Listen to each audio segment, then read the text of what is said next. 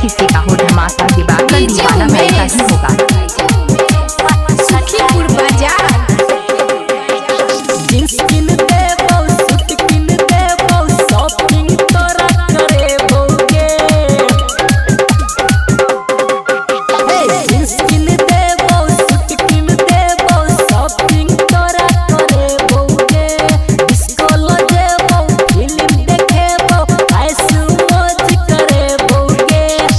रो पलन पा तोरा बैठा कर काठमांडू ला जेबोगे। रो पलन पा तोरा बैठा कर काठमांडू ला जेबोगे। रानी हमरो दिल में बैठा के चुम्मा सटा के देन गे। रानी हमरो दिल में बैठा के चुम्मा सटा के देन गे। अभी सुन रहे दिवाकर दीवाना भाई।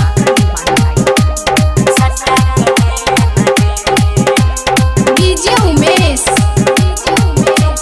सुखीपुर बाजार छम छम करे छे हीरा नहीं दै छे हमरा खूब ललचाबै छे।